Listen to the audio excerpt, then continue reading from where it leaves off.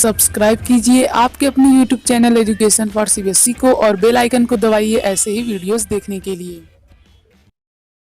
तो आ गए हैं आप तो प्यारे बच्चों, आज की इस वीडियो में हम लोग बात करने वाले हैं क्लास 8th हिंदी का चैप्टर नंबर 6 जिसका नाम है भगवान के डाकिए।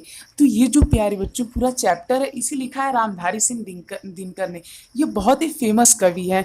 अब इनके बारे में आप लोग थोड़ा सा बता देता हूँ, बहुत ही ध्यान से सुनिएगा। ठीक, देखिए जो रामधारी सिंह दिनकर हैं ये अक्सर प्राकृतिक चीज़ों का वर्णन करते हैं, यानी कि जो प्राकृतिक सौंदर्यता होती है, जो प्राकृतिक सुंदरता होती है, जैसे कि झरने झर रहे हैं, मतलब कि वहाँ से पानी गिर रहा है, आसपास तालाब है, नदियाँ हैं, खुशी का माहौल है, चिड़ियाँ चहचहा रही, तो ये सब जो प्राकृतिक जो वर्णन होता है ये बहुत ही अच्छे ढंग से करते हैं रामधारी सिंह दिनकर।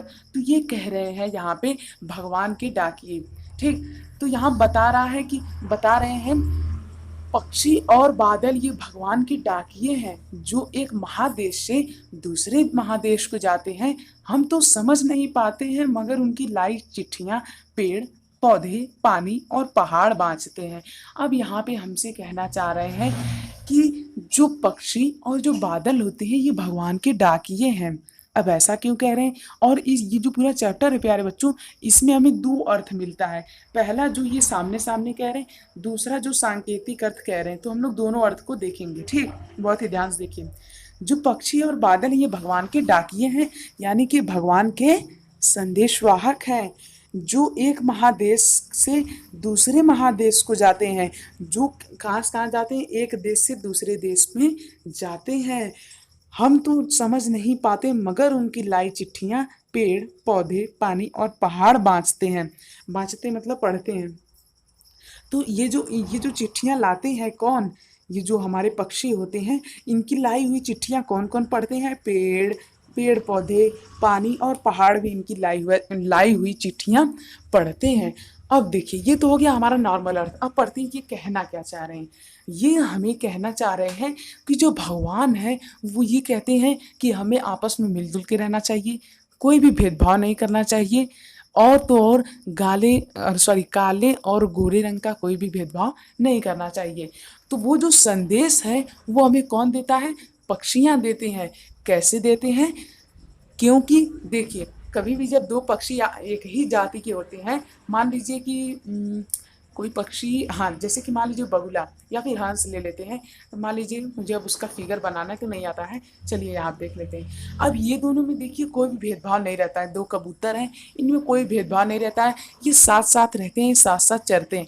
अब कभी आपने ऐसा देखा है कि एक वाइट कबूतरों का झुंड है, ठीक, नहीं, मान लीजिए एक कबूतरों का ऐसा झुंड है जिसमें वाइट है और एक ब्लैक वाला आया तो ब्लैक वाले को लोग मारने लगे? नहीं, ऐसा कभी आपने नहीं देखा होगा कि ब्लैक कबूतर को मार रहा है कोई वाइट कबूतर। ऐसा क्यों? क्योंकि उनमें कोई भेदभाव की भावना नहीं होती है। वे लोग एक ही साथ रहते हैं, एक ही साथ खाते पीते हैं। और तो और इसी के साथ साथ पेड़ पौधे में भी कोई भेदभाव नहीं रहता है।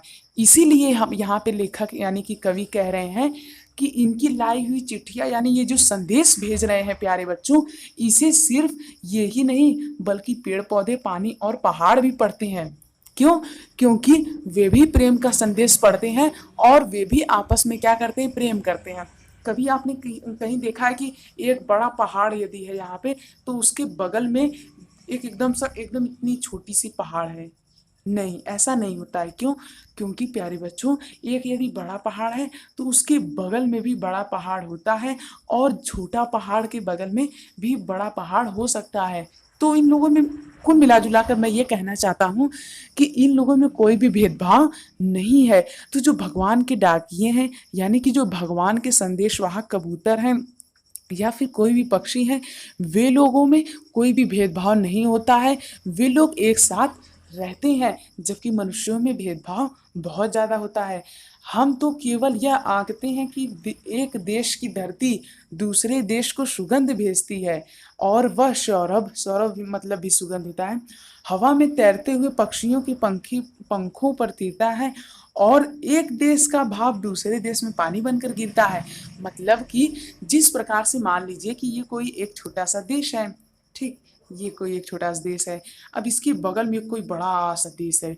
तो मान लीजिए इस बड़े से देश में से यदि भाप बन के मतलब कि इवापोरेट होकर के यदि जो स्टीम होता है, यानी कि आप लोग क्या कह सकते हैं, भाप होता है, वो यदि उड़कर इसमें इस देश में जा रहा है, तो क्या ऐसा होगा स्टीम कहेगा नहीं मैं तो उस देश का हूँ, मैं इस देश में नहीं बरसूंगा, नहीं नहीं एकदम नहीं बरसूंगा। नहीं, ऐसा कभी नहीं कहता है। क्यों नहीं कहता है प्यारे बच्चों? क्योंकि इनमें कोई भी भेदभाव नहीं होता है। तो वही यहाँ पे हमें कवि दिखाना चाहते हैं कि हमें कभी भी किसी प्रकार का भेदभाव नहीं होना चाहिए। और हम तो केवल यही सोचते हैं कि एक देश की धरती सिर्फ दूसरे देश को क्या भेजती है, सुगंध भेजती है, और वो सुगंध कहाँ कहाँ से जाती है, हवा में तैरते हुए जाती है। मतलब समझे? देखिए दूसरा अर्थ समझाता हूँ। मतलब यहाँ पे ये कहना चाह रहे हैं कि कई बार क्या होता है कि लोग कहते हैं कि ये मेरा पड़ोसी देश है, मेरी मदद नहीं करता है, यहाँ पे ऐसे लोग हैं, मेरे यहाँ दूसरी जाति के लोग हैं, यहाँ दूसरी जाति के लोग हैं, हम लोगों में बातचीत कैसे हो सकती है। तो ये वाली जो कंडीशन आ जाती है कि ये दोनों लोग आपस में भेदभाव करते हैं, और सिर्फ यहाँ पे किससे मतलब रहता है, हवा से। क्यों? हवा को तो कोई रोक नहीं सकता, हवा चाहे यहाँ जाए चाहे यहाँ जाए, तो सिर्फ हवा ही इस समय इस देश से इस देश में जा सकती है। तो कुल मिला जुला कर जब लोगों का ऐसा विचार आ जाता है, तो उस समय उनके लिए कवि एक ऐसा उदाहरण देना चाहते हैं जिससे कि उनके अंदर क्या हो, भेदभाव की भावना मिट जाए और समभाव की भावना जाग उठे।